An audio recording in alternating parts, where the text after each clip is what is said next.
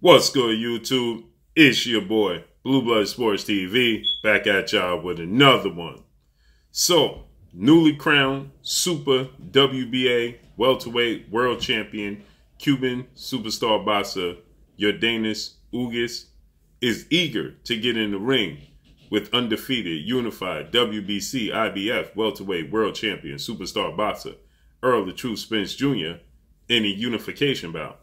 Yordenis Ugas took to his social media and he stated that, "Somebody please tell me, where do I sign for this unification bout?" Yordenis Ugas is 26-4, 12 wins by way of knockout, 4 losses on his resume. He's 34 years of age. He stands at 5'9" with a 69-inch arm reach. He beat Abel Ramos in his last fight. That was in September 6th of 2020.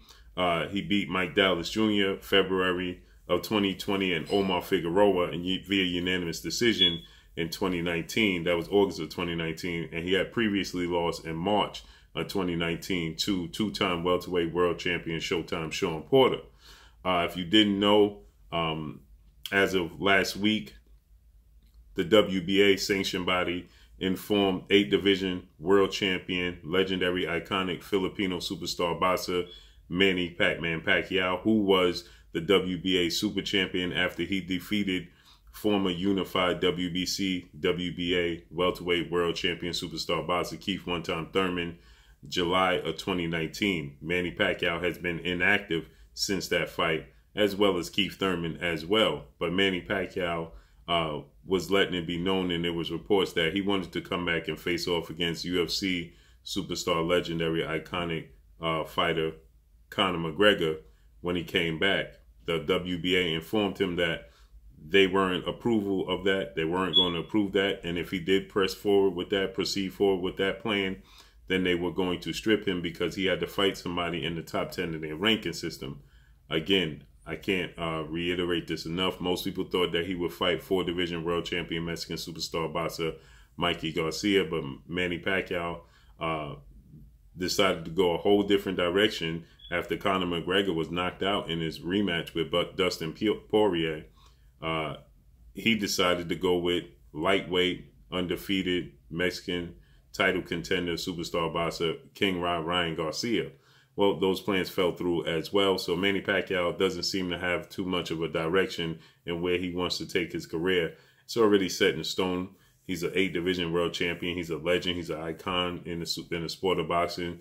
You know, he's 42 years old. So his career is already pretty much set in stone. So with that stated, right, you know, nobody knows what direction Manny Pacquiao is going to go in.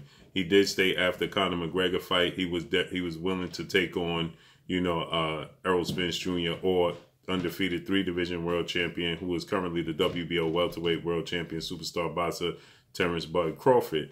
But nobody knows what the plans are for Manny Pacquiao. So the WBA then, after the reports started to surface that Manny Pacquiao could face off against Ryan Garcia, they decided to put him in champion of recess, aka stripped him of the title, and elevated the regular champion Yordenis Ugas to the super champion and the sole WBA title holder at the welterweight division. Immediately, everybody's brain started to churn, and you automatically thought that Yordenis Ugas with the PBC, Premier Boxing Champions, and founder and advisor Al Heyman, that a showdown was inevitable between himself and Errol Spence Jr. And Yordenis Ugas has made it abundantly clear. He stated that my next fight will be for 3 world titles on the line. Well, there's only one champion that has 2 belts in the division, because if he was unifying against Terrence Crawford, there will only be 2 belts on the line. He says for my next fight, there will be 3 belts on the line. And he's saying, somebody please direct me point me in the direction where I sign the contract for this unification bout. Yordenis Ugas, like I stated, he's older. He's 34 years old. He has 4 losses on his resume.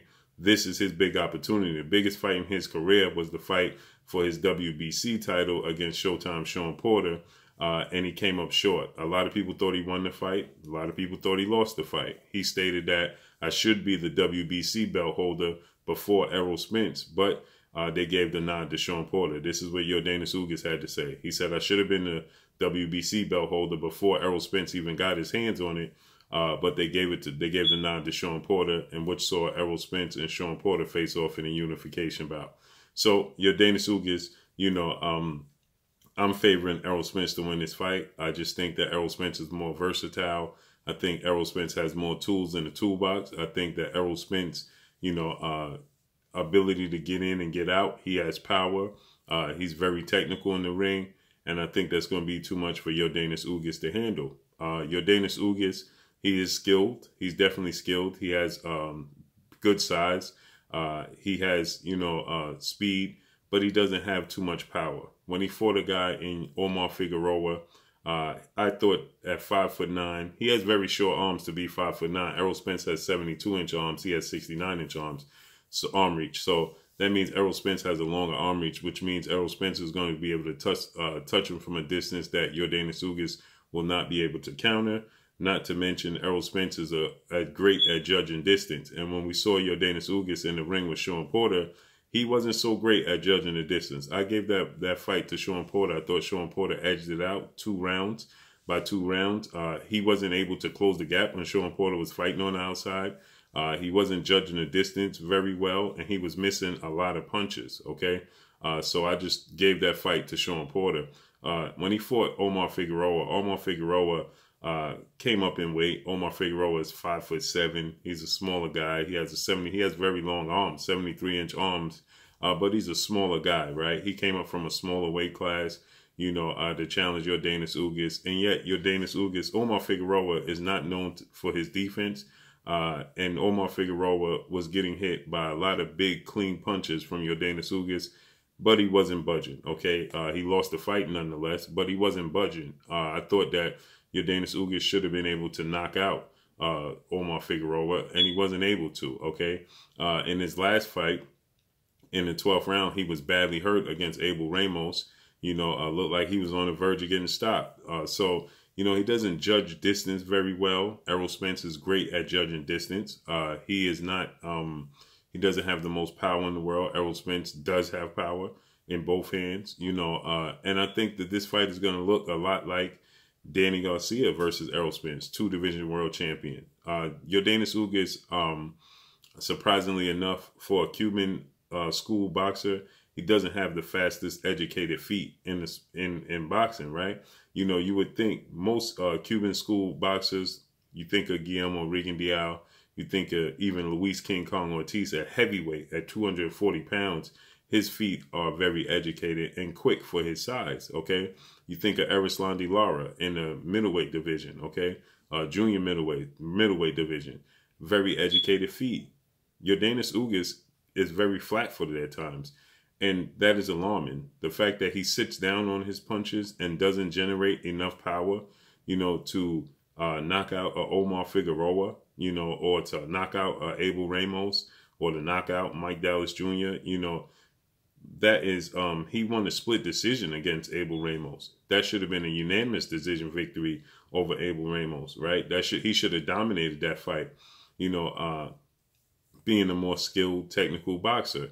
But again, he doesn't show to have the most power in the world. So I think that that's going to be a huge advantage for Errol Spence. And like I said, he doesn't have more power than Danny Garcia, but he's flat-footed like Danny Garcia. And we saw what Errol Spence did with Danny Garcia in his last fight. And that was coming off a 14-month layoff, coming off of suffering a horrific car accident, you know, so he was inactive. Nobody knew what he was going to look like.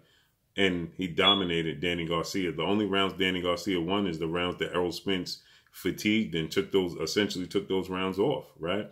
And so with that said, you know, we saw Errol Spence be able to get in the inside and get out. We saw him fight in so many different manners. He fought in a boxing style against Mikey Garcia. He mixed it up against Danny Garcia. He pressed forward against Kell Brook and Lamont Peterson. You know, he fought the entire fight in the pocket against Showtime Shawn Porter. So we saw and we know that he's very, very versatile. And the fact that he has more power and he has a longer reach and he has better judgment of distance lets me know that Errol Spence is going to win this fight via unanimous decision and will be a 3-belt holder. He would then hold the WBC, the IBF, and the WBA.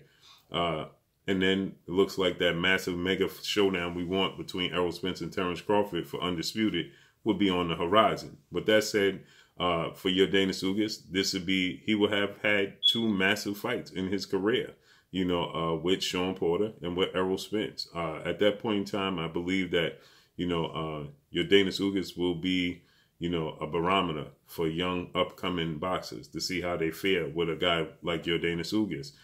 So I'm expecting Errol Spence to dominate the fight just off of, you know, the experience and witnessing the 2 styles. Styles make fights, and I think the Errol Spence style is all wrong for Yordenis Ugas. Nonetheless, he's going to get a well-deserved massive showdown with unification bout against Errol Spence. You know, more than likely it'll be in Dallas because there's only 2 states open that allow fans to attend live. That is Florida and that is Texas. And it makes sense to put it in Dallas and, well, Arlington at the AT&T Stadium, Cowboy Stadium, seeing as though the football season isn't over. The Tampa Bay Buccaneers just won the Super Bowl, so they don't have to worry about interference. It should be well open. And last time Errol Spence fought Danny Garcia there, they had 16,000 fans in it. He had grossed the most earnings for a live gate in 2020. So, you know, it just makes sense to place it there for a unification bout. But Yordenis Ugas is eager to get his opportunity. And this is an indicator that we're going to get Errol Spence versus Yordenis Ugas very, very soon. So let's see how this unfolds and plays out. That's all I got for y'all. Drop a comment in the comment section. Let me know what y'all think. Y'all already know what it is. It's your boy Blue, Blue Blood Sports TV. Hate, like, comment, and subscribe. If you haven't subscribed, hit the subscribe button, hit the like button, hit the bell icon to get all the new notification. Follow me on Instagram at Blue Blood Sports TV, all one word. Y'all already know what it is. Shout out to the entire LDBC. Shout out to New Media. Shout out to Black Media Row. Make sure you like and share these videos. That's all I got for y'all. Peace.